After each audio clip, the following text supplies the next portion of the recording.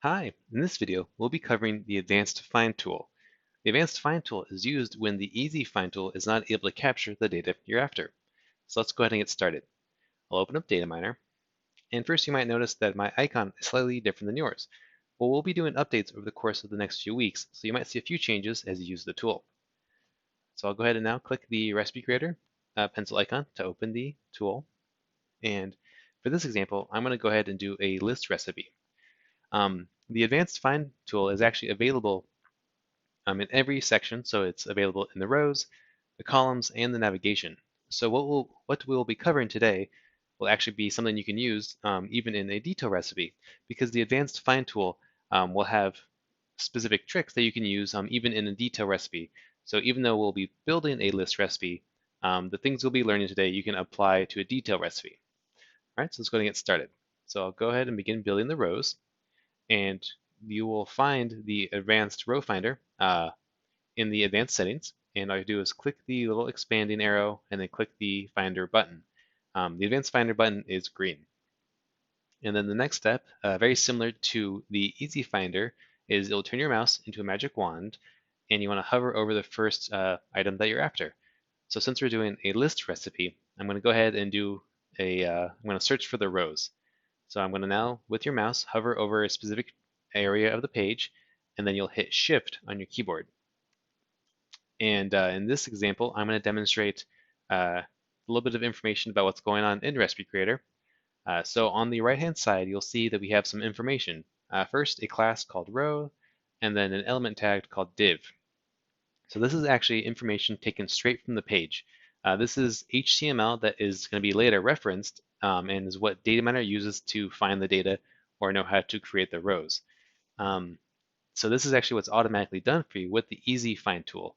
What you'll have to do is actually pick these yourself and determine which specific selectors you want. And with that, you'll actually have to use a few tricks to kind of create the perfect selector. Because as you can see, if I click on this row class, it's capturing more data than we need.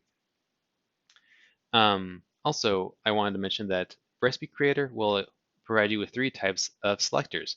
It'll provide you with an ID, which is typically the most specific type of selector. It's only going to ever capture one item, and you most likely will not be using that for list pages. And then it can also do classes, which is what we typically recommend. Those are a little bit more generic, but also specific enough to capture just a few items on the page. And then we have element tags, which are going to be the most generic, and those typically will capture a lot of things on the page and aren't going to be specific enough to capture the data you want. However, you will be using a combination of these selectors as you build recipes. All right, so as you can see, I've now selected a class called row, and this is where we're going to cover our first troubleshooting tip. So if you ever have a class or an element that captures more data than you need, and you don't have any good selectors, that's when you would actually want to hover and shift, and then in the advanced optional area, you want to do select parent, and that will actually move the focus of Data Miner further up the HTML. So as you can see, as I click it, the green dotted line expands, and this is what allows you to find additional selectors that you could use. So if I hover and hit shift over a row, and we now know the dot row will not work, I'll do select parent, which gives me now person container, which is a much better option. So if I choose that, you'll see the rows are specific to just the people we want to capture. So that is good. So now we can hit confirm, and we'll move on to the columns. And this is where I'll cover an additional troubleshooting tip. So again, we'll click Advanced Settings, and we'll click into the Advanced Finder. Actually, one other thing is, now that we're capturing the data, I want to point out you do have to tell Data Miner the type of data you're going to extract. So either text, URL, image URL, and so on. So you will pick from this dropdown of the data that you want to extract. So for this example, we'll be doing text, so that's good by default. And then in the Advanced Finder, we'll go ahead and click that. And let's pretend in this example, I want to capture the person's location. So I'll hover and then hit Shift. And then let's pretend that this person did not have a location class. Let's say that they only had an element tag. And as I mentioned earlier, elements are very generic. So in this scenario, we're trying to capture a generic item And what you can do is use the sibling arrows here. So anytime an element has the same class or the same element type as other items, we refer to them as siblings. So you can actually capture them based on their position. So if you click the next arrow, it allows you to actually move through the different siblings based on their position. So if I clicked it once, it gets the person's title. Click it again, I get their location. And actually you can do this kind of so on throughout the entire collection of siblings. I'm going to click preview or previous so I can get to the location. And oh, I missed it. Cool. So based on that, we can now capture the location using the element and the sibling location. So we can hit confirm and then click the data button to double check our work. That looks good. And cool. So we've now created our location. And let's pretend now I want to do their industry. So in this scenario, we'll cover another troubleshooting tip. So I'll go to the advanced settings, advanced finder, click that, and then let's pretend I hover and hit shift over the software. But again, I only have an element tag. So if I capture that or click that, you'll see I'm capturing all of the additional pieces of data, the clearance, the experience, and industry. And I don't want that information.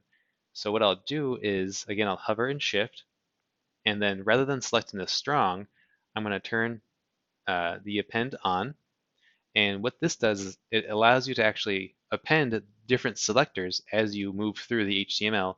And then what this does is it makes your selector more specific because it's essentially creating more selectors and making them more unique with the combination of all of them combined. So to kind of clarify, we knew strong was not specific enough, but if I do append on and then I do the parent, I now get the industry. So I'm combining industry and strong, which gets me the industry row and then the actual value of software. So with this append on, I was able to combine these two selectors into one rather than having to be two separate ones. So if I hit confirm, I can now click on the data and that looks great. I'm now capturing the industry information. So we can call this industry. And at this point, and now for the navigation tab. In this example, we're going to be actually doing something slightly different. We'll still be doing the advanced finder process, but rather than clicking the button or doing any type of hover and shift troubleshooting, we're actually going to write or type into the input box itself.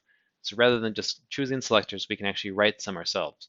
So I'm going to actually, I will click the finder and I'm going to hover and shift over the next button.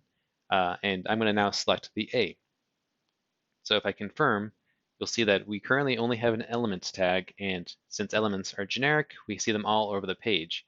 But you can actually now manually type into the input box, and you can use some advanced selectors to kind of make it more unique. We will have a table of these different tricks and advanced selectors you can type in. They'll be found in a table in our help documentation. We should have those for you either now or hopefully very soon as we develop our documentation. But the one I'll be covering in this video is called last, and it allows you to essentially take the element and only capture the very last one on the page.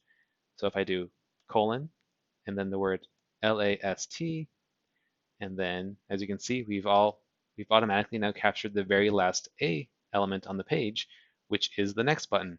So this is a really good way for you to capture the very last next button because that's typically the last A link on the page. Or you can use that A last or the colon last for a class as well, or an ID. You can actually use this on any type of element or class. So that kind of demonstrated that covers most of the advanced tricks. Obviously, you can kind of create more advanced ones with a combination, but that covers each section, I guess I should say. You can always build more advanced selectors, and we will have more information on that as we develop our documentation. But for now, I hope this helps. If you have any questions, definitely feel free to reach out. Our email is support@data-miner.io, and thanks for watching. All right.